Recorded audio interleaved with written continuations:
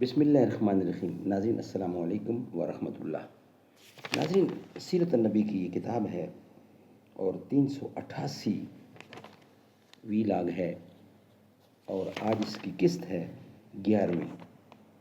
اور ناظرین ہیڈنگ چل رہا ہے غزوہ احزاب، جنگ خندق جسے بولتے ہیں، بیٹل آف ٹرنچ بھی جسے بولتے ہیں، اور بیٹل آف آزا یعنی غزوہ احزاب، جنگ خندق، بیٹل آف ٹرنچ۔ سیرت النبی کی یہ کتاب ہے، صفحہ نمبر 422 ہے اور 11ویں قسط ہے اس کی، جو ہم آپ کے سامنے رکھ رہے ہیں۔ ناظرین، روزانہ کی بنیاد پر کم از کم ایک لاگ ہم آپ کے سامنے ضرور رکھتے ہیں۔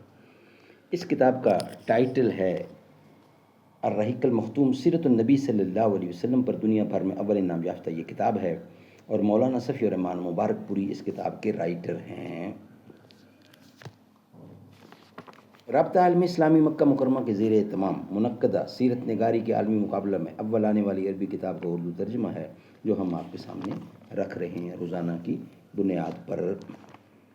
یسقون من رحیق مختوم، یہ لوگ سرے بمہر شراب پلائے جائیں گے۔ نحمدہ ونصلی علی رسولہ الکریم، بسم اللہ الرحمن الرحیم۔ کام ہے میرا تغیر، نام ہے میرا شباب، میرا نعرہ انقلابو انقلابو انقلاب۔ ستوں دار پہ رکھتے چلو سروں کے چراغ، جہاں تلک یہ ستم کی سیاہ رات چلے۔ دیکھ رفتار انقلاب فراق، کتنی آہستہ اور کتنی تیز۔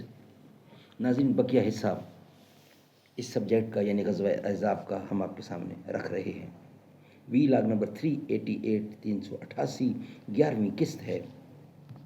اس کے بعد جمعہ اور سنیچر کی درمیانی رات کو قریش نے یہود کے پاس یہ پیغام بھیجا کہ ہمارا قیام کسی سازگار اور موزوں جگہ پر نہیں ہے، گھوڑے اور اونٹ مر رہے ہیں، لہٰذا ادھر سے آپ لوگ اور ادھر سے ہم لوگ اٹھیں اور محمد پر حملہ کر دیں۔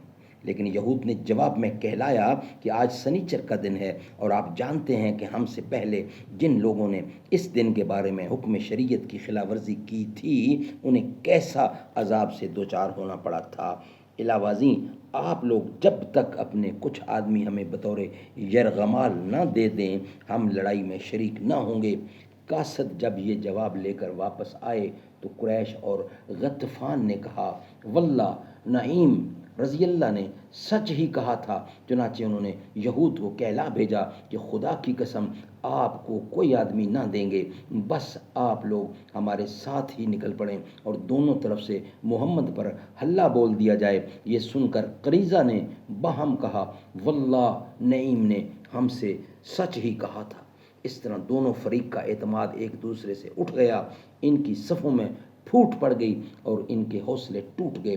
اس دوران مسلمان اللہ تعالیٰ سے یہ دعا کر رہے تھے، اللہم ستر اورا مستر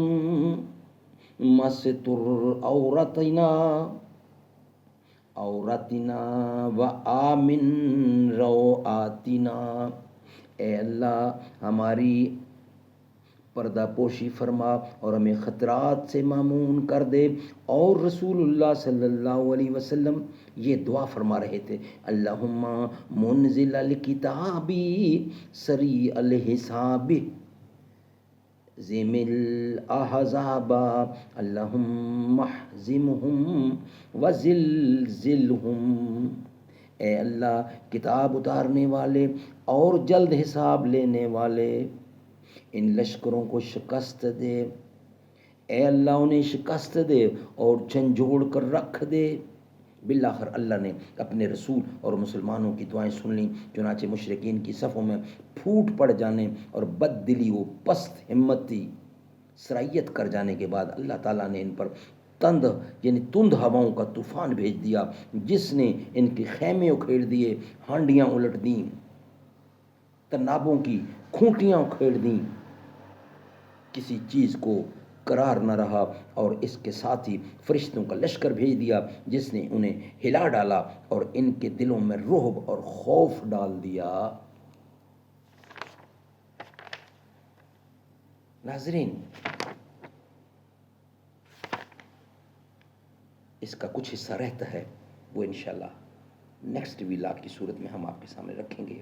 ابھی کچھ حصہ اس کا باقی ہے، وہ انشاءاللہ ہم آپ کے سامنے رکھیں گے نیکسٹ ویلاگ کی صورت میں۔ یہ ویلاگ ہمارا یہاں ہی مکمل ہوتا ہے۔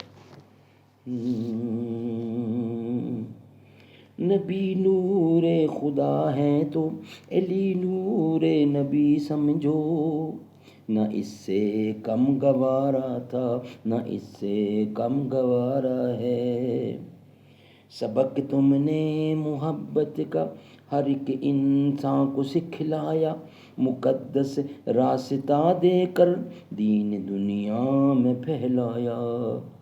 ہوئے قربان تم اس کے اشارے پر میرے مولا، علی مولا علی مولا میرے مولا میرے مولا۔ سمندر درد کا اندر مگر میں پی نہیں سکتا، لگے ہوں لاکھ پہرے پر لبوں کو سی نہیں سکتا۔ علی والوں علی کے عشق کی یہ داستاں سن لو، علی کا ذکر نہ ہو تو یہ بندہ جی نہیں سکتا۔